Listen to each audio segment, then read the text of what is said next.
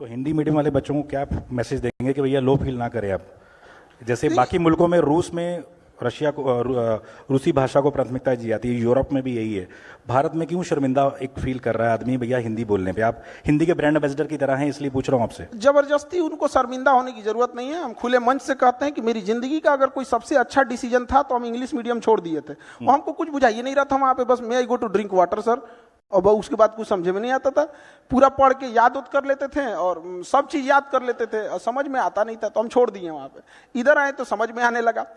Problem क्या है ना कि हम लोग इंग्लिश को अलग से वरीयता दे देते हैं। हमारे यहाँ पटना एक तो फ्लाइट जा रही थी, दिल्ली से पटना फ्लाइट, तो फ्लाइट वाले को तो पता है कि भाई पटना जा रहा है, वहां का रीजनल लैंग्वेज भोजपुरी, मैथिली भोजपुरी है।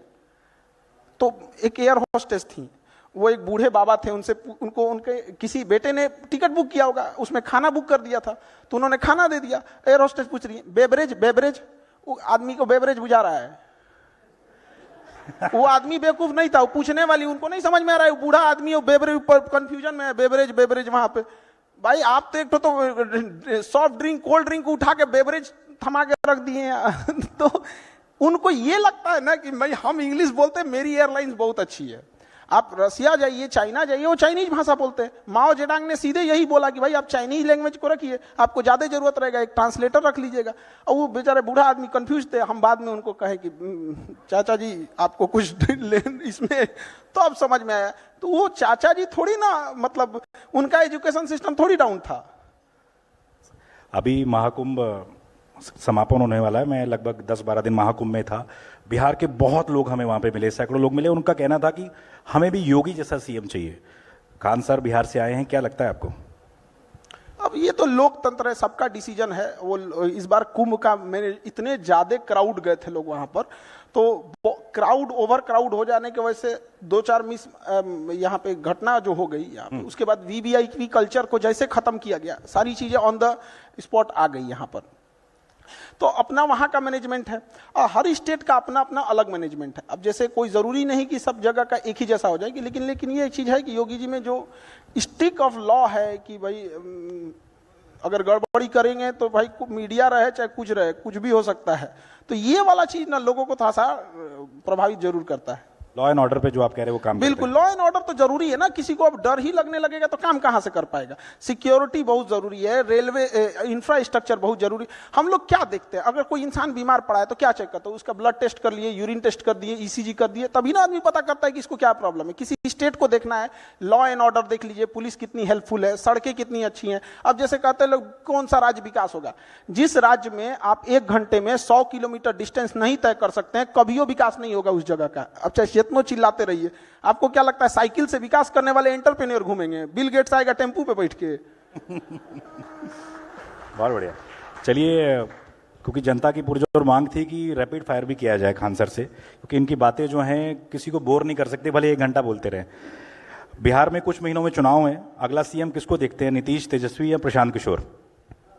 देखिए, ये पॉलिटिकल क्वेश्चन आप हम लोग से काहे पूछते हैं? ये अब मेरे देखने से, अपने से सोच के देखिए, मेरा देखने से कोई सीएम नहीं बन सकता। मेरा एक इंडिविजुअल सिंगल वोट है। इसको बदल देते हैं। सबसे पॉपुलर कौन आपको लगता है इन सब में? सबसे पॉपुलर या आपका फेवरेट नेता कौन है? नीतीश कुमार, प्रशांत किशोर? काफी मेहनत कर रहे हैं आजकल। सबकी अलग अलग रिस्पॉन्सिबिलिटी है। देखिए, नीतीश कुमार को जिस हालत में बिहार मिला था ना, गढ़ा में मिला था, गढ़ा में, जिसपे कोई बिल्डिंग नहीं बना सकता है। पहले उसको आप जैसे एक जमीन खरीदिए, कोई समतल जमीन खरीदिए, कोई गड्ढा में क्या खरीदिए, समतल वाला तुरंत बिल्डिंग बना देगा। तो उत्तर प्रदेश एक समतल जमीन थी, फटाफट काम होने लगा। और बिहार गढ़ा में मिला था, तो उन्होंने इस इंफ्रास्ट्रक्चर, बिजली, लॉ एंड ऑर्डर, सोशल, इसको सुधारते सुधारते परेशान हो गए। लालू यादव को जब मिला था ना, तो ऐसा स्थिति में बिहार मिला था कि कुछ ऐसे जगह थे जहां पूरे गांव के बाहर 1-2 आदमी लाठी लेके खड़ा हो जाता था, कहता था कि तोरा वोट डालने नहीं जाना है, पूरा गांव अंदर रह जाता था। वो इंसान इंटरप्रेन्योर से देखेंगे तो हर इंसान का चैलेंज अलग अलग है। जिनको जहां मिला, वही उन लालू यादव को रेलवे मिला, रेलवे को फायदा में दिखा दिए। अब लोगों ने कहा कि कबाड़ बेच दिए। दुनिया के कौन आदमी कबाड़ घरे में रखता है? ये बड़ा तो अच्छे ना किए। खान सर ने बड़ा स्मार्टली लालू जी की भी तारीफ कर दी और नीतीश जी को भी खुश कर दिया, क्योंकि बिहार में दुकान चलानी है भैया। चलिए, इसके बाद आगे बढ़ते हैं। खान सर की टीचिंग फिलॉसफी, एक शब्द में आप जो टीचिंग कराते हैं उसको अगर क्लास में बैठ के उसको समझ में नहीं आया तो स्टूडेंट की गलती नहीं, टीचर की गलती है। बहुत बढ़िया, बहुत बढ़िया। अच्छा, चूंकि आपने कई दोस्तों का नाम लिया अपना शुरू में, लड़कपन के दिनों में कोई याद आपको, कोई याद हो कि भैया ये किया था वो किया था? हर किसी ने कुछ ना कुछ किया रहता है। बचपन में तो हम लोग के टाइम पे मोबाइल वोबाइल था नहीं, तो दिन भर तो आदमी बदमाशी ही करता था उसमें। अब याद के डेली एक तो नया नया कहानी रहता था बचपन में, कौन ध्यान रहता है इतना। मतलब बचपन में तो हमको लगता है कि जिस आंधी में मौसम विभाग चेतावनी जारी करता था कि घर से ना निकलिए, उस आंधी में हम लोग टिकोरा बीनने जाते थे। आम का जो छोटा वाला आम होता है ना, उसको टिकोरा बोला जाता है हमारे यहाँ, तो उसमें हम लोग तो बचपन में तो आदमी बदमाशी ही करते रहता था। अच्छा, आप टीचर ना होते तो क्या होते? हमको तो फौज में जाना था, टीचर ना होते तो हमको एक किसानों के लिए, और हम भी अभी बताते हैं बहुत दिन टीचिंग नहीं करेंगे, हमको किसानों के लिए वर्क करना है। किसानों की 3-4 महत्वपूर्ण समस्या है। उसकी एक, फसल का उत्पादन कम है। दूसरा क्या है, उसका फसल अगर उत्पादन हो गया तो कीड़ा खा जाते हैं सब। और उस तीसरा क्या है कि अगर नहीं खाया तो बेचने जाएगा तो उसके फसल की सेल्फ लाइफ कम होती है, तो कोल्ड चेन नेटवर्क नहीं है। उसको अगर शाम में अपनी सब्जी बेचने गया है तो शाम 4 बजे तक ही उसको अच्छा भाव मिलेगा। बाकी समाज गिद्ध की तरह लोग देखते होंगे कि शाम होगा तो ये बेच के जाएगा, क्योंकि उसके यहाँ कोल्ड स्टोरेज का चेन नहीं है। आप 3 सिस्टम देखिए, किसान को आप 5 किलो का जो अनाज का है, ये देखिए, ये एक अच्छी योजना है और समाज का एक बड़ा हिस्सा उससे प्रभावित हो रहा है, उसका वो एहसानमंद है। लेकिन हमें एक ये भी सोचना पड़ेगा कि हम अभी भी कहां पर हैं। तो उनका योजना में हम संदेह नहीं कर रहे हैं, बहुत अच्छी योजना है, लेकिन ये जो 3 चीज है किसानों के लिए, एक किसान को बताइए अगर मेहनत से उत्पादन किया, हमारे यहाँ समस्तीपुर एक जगह है, वहां गोभी उत्पादन हुआ, 1 रुपया किलो बिका गोभी, 1 रुपया, जबकि दुबई में बिक रहा था 250। बताइए एक किसान दुबई भेजेगा कि जो सिस्टम बैठा हुआ है वो भेजेगा?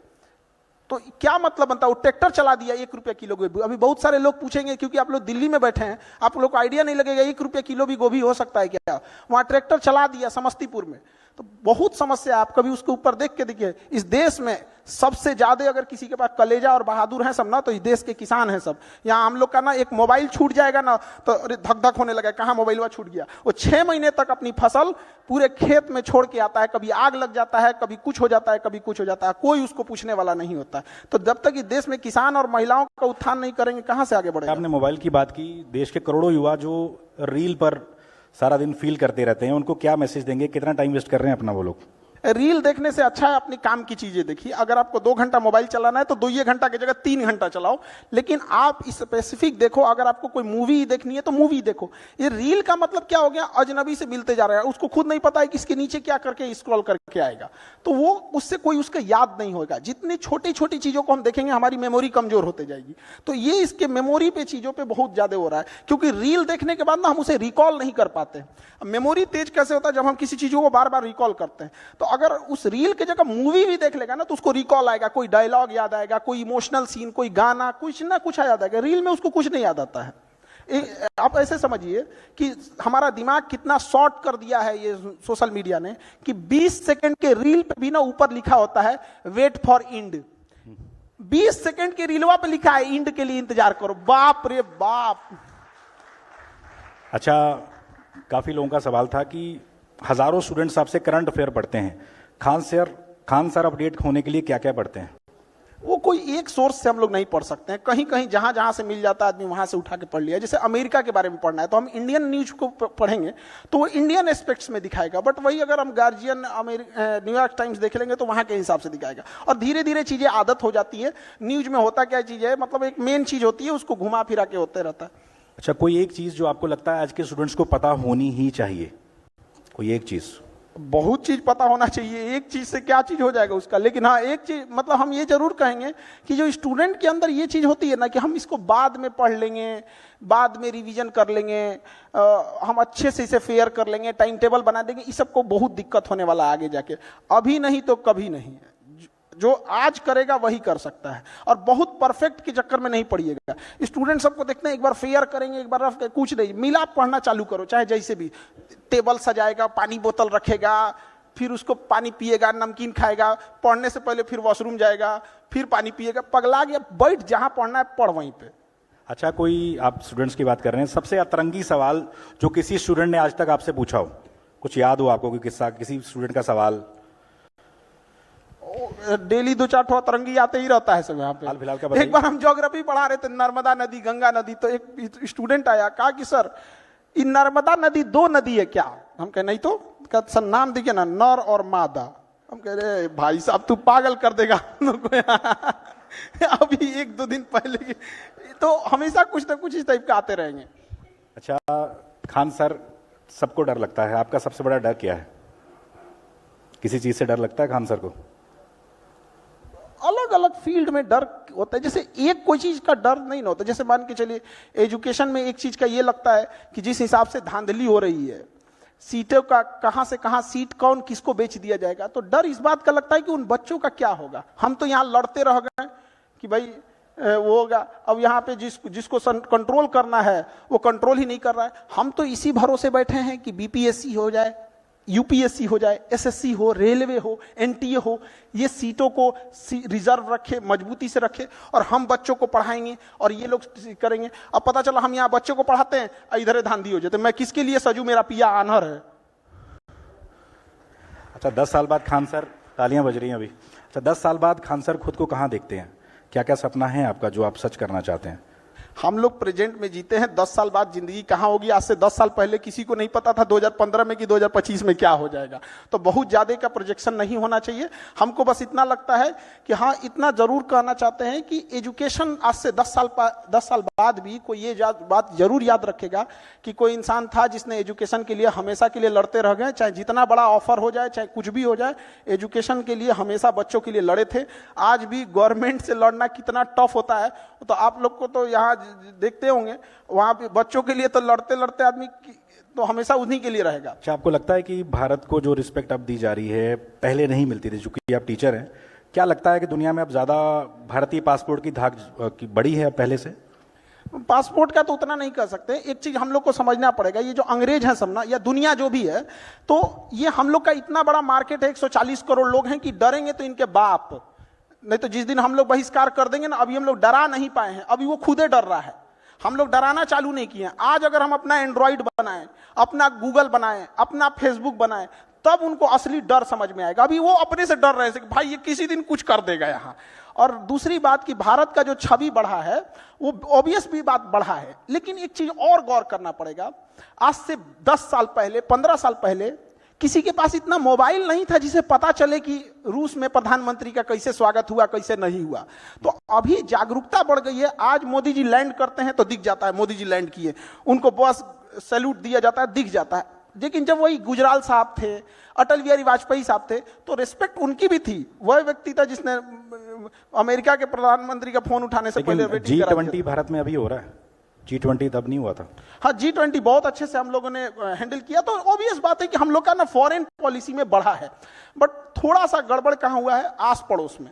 आस पड़ोस में ये गड़बड़ हो गया ना कि हम लोग की छवि अलग टाइप की बनती गई है। थोड़ा जैसे बांग्लादेश, श्रीलंका, मालदीव, नेपाल, इलायची दाना बराबर देश हम लोग को, मतलब वो श्रीलंका, वो जिसके पास वो अपना जहाज नहीं था, वो मालदीव के पास अपना जहाज नहीं था, उसके प्रधानमंत्री को आने के बाद वो धमकी दे रहा है हम लोग को। तो ये चीजें नहीं होनी चाहिए। अभी जो बाद में माफी भी मांग लिया उन्होंने, तो ये तो पूरा बर्बाद करके मारेंगे। ये तो हम देश की बात कर रहे हैं। छोटे छोटे शहरों से भारत की ऐसा टैलेंट निकलता रहा है, भले वो महेंद्र सिंह धोनी हो, इस तरह के तमाम लोग, खान सर भी। तो आपको क्या लगता है जो छोटे छोटे शहरों में ऐसा रॉ टैलेंट हमारा बैठा हुआ है, उसको क्या मोटिवेशन देंगे, क्या बताना चाहेंगे कि भैया लगे रहो, कामयाबी मिलेगी?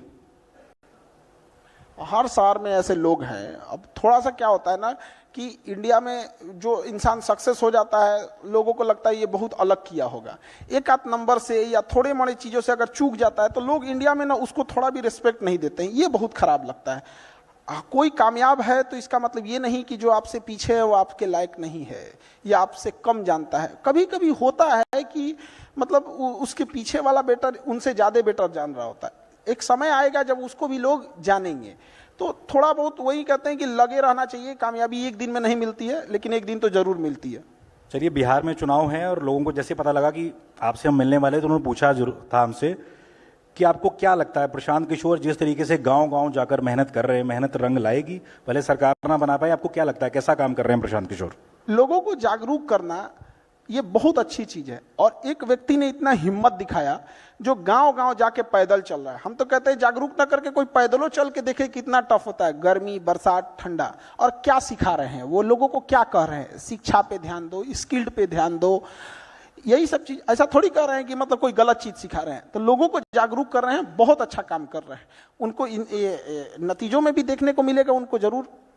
अच्छा, कल को कहेंगे भैया खान सर जुड़ जाओ हमारे साथ। आप लोग हमको ना, पता नहीं, हमको कभी कभी लगता है कि हम पढ़ा रहे हैं, तो आप लोग हमको ये नहीं कहते हैं कि पढ़ाइए, बार बार हमको उधरे क्यों खींच के लेके जाते कि आप कह रहे हो बहुत अच्छा काम कर रहे हैं। चलिए, इन्होंने नीतीश तो मतलब हम क्या कहते, खराब काम कर रहे हैं। इन्होंने नीतीश जी की तारीफ कर दी, लालू की तारीफ कर दी, प्रशांत किशोर की तारीफ कर दी। बिहार में चुनाव है, आगे आपसे हम दोबारा जुड़ेंगे। आज हमसे खान सर जुड़े, बहुत बहुत शुक्रिया आपका।